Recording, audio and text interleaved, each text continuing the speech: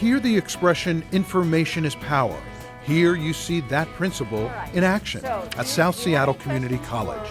These students are gathered for a workshop on how to fund a college education. In particular, this group is learning about scholarships, one of many funding options. All of these websites lead you to literally hundreds of scholarships. In this video, you will meet 3 students. All of them have discovered different and successful ways to pay for school. We begin with Dan Wu. She's here today to listen. So get out there and get those scholarships. Well, I was in the ESL. And Dan is here to speak as well, to share a remarkable story with her fellow students.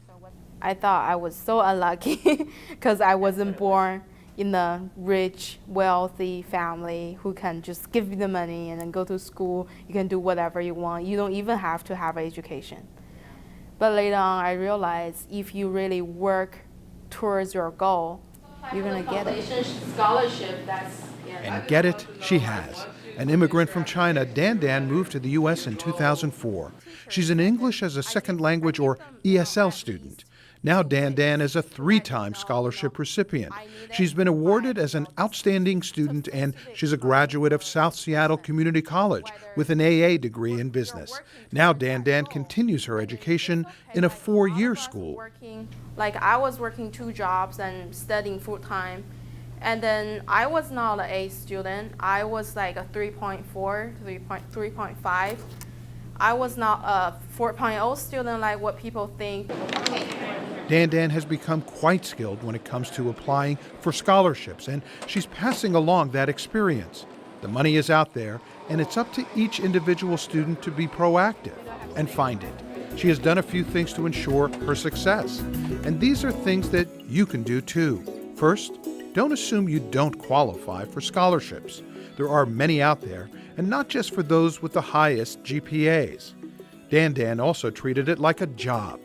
When you are faced with the application process for scholarships, remember that the money you could receive will make the hard work worth it. And finally, tell your story. Dan surely thought her story was humble and not unique, but considering what she and you have overcome, it became clear to the scholarship committee that she was deserving of support in getting her education. We'll return to Dan's story in a moment and learn how she's inspired her own mother on the path to higher education. First, though, you're in the campus coffee shop at South Seattle Community College. This busy young man is student Vincent Beardsley. His job here is a part of the work-study program. He eventually wants to own his own restaurant. Vincent is enrolled in the culinary program, and financial aid is a big part of Vincent's success. The actual paperwork itself was pretty easy and straightforward. It's just making sure that you have everything in, because there's lots of little details that they need. Vincent got started with the work retraining program, which paid for initial tuition and supplies for the first quarter. All right. Vincent is also the recipient of financial aid, which he learned about through a friend who inspired him. A few years back, when I had gotten a phone call from one of the guys at North Seattle, he had said that both him and his wife had gone back to school at the same time, and they had a child that they were raising, and they were able to support the both of them going through school with financial aid. So that in itself gave me a lot of hope. Vincent's path to financial aid wasn't easy. In fact, it was confusing at first. He didn't know that different colleges may have different financial aid deadlines, and he ended up going by another school's calendar. And it turns out that the schools aren't on the same deadlines for financial aid. So when I came to drop my paperwork off here, figuring that I was about a week or so early from the deadline, it turned out I was about 10 days late. It all worked out, though. And now, Vincent knows the importance of those deadlines. He credits his wife with helping him navigate the financial path back to school. I was at kind of a low spot in my life before I got myself back into school, and her actually getting the paperwork filled out for me was a definite boost for my morale and everything, and sort of a kick in the right direction. But Vincent will tell you that even with financial aid, working, supporting a family, and attending school is no easy matter. He learned some valuable lessons, and you can learn from them too. Remember to know the financial aid office deadlines for your school and do the work early on to meet them. Also, make sure that you turn in all the paperwork the financial aid office needs from you by the deadline. Often this is more than just the FAFSA, financial aid form. It may seem like a lot of work the first time around, but it is also incredibly worthwhile. So we are literally scraping by, but I know that there's no way that I'd be able to be doing this without financial aid at this point. Hey guys, how you doing? 30-year-old Mike Cherensap is another financial aid success story. Mike came to the U.S. from Thailand with his mother when he was just 8 months old. Here, Mike is making some new friends in the Cultural Center at South Seattle Community College. Obviously, yeah, cooking. Mike tried college once before. I went to North Seattle, and I was taking an accounting class, nutrition class, and an English class. And it was just the wrong time.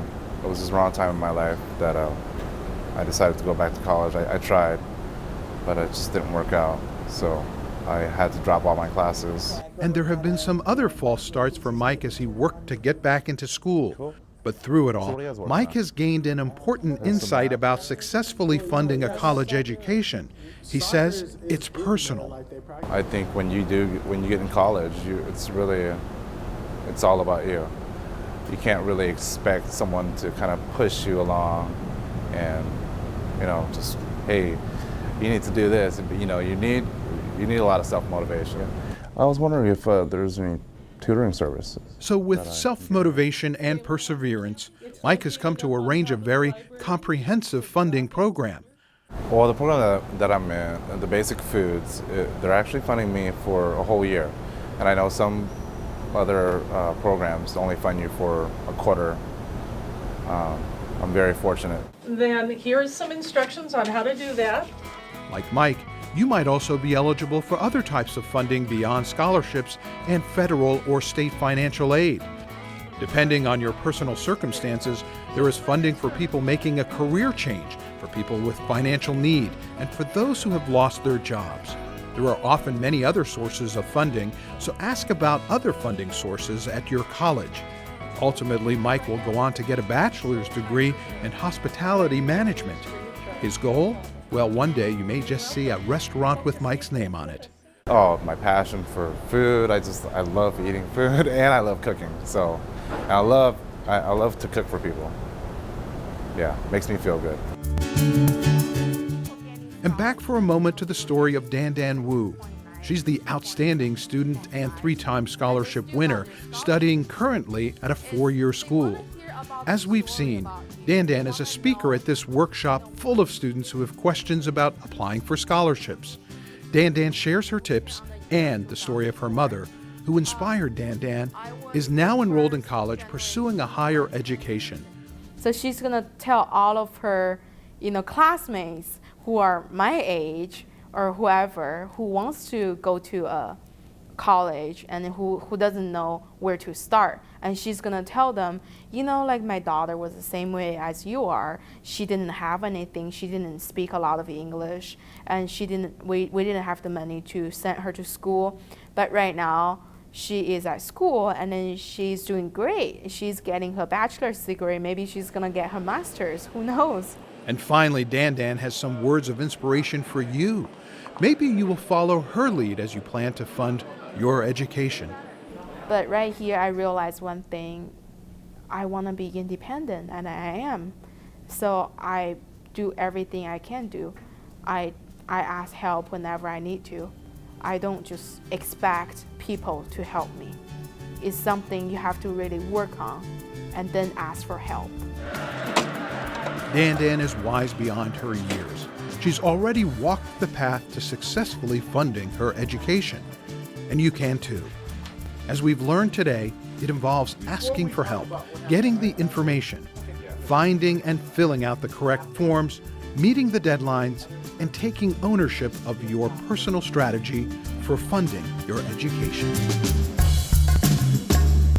No problem. I'll see you in class tomorrow.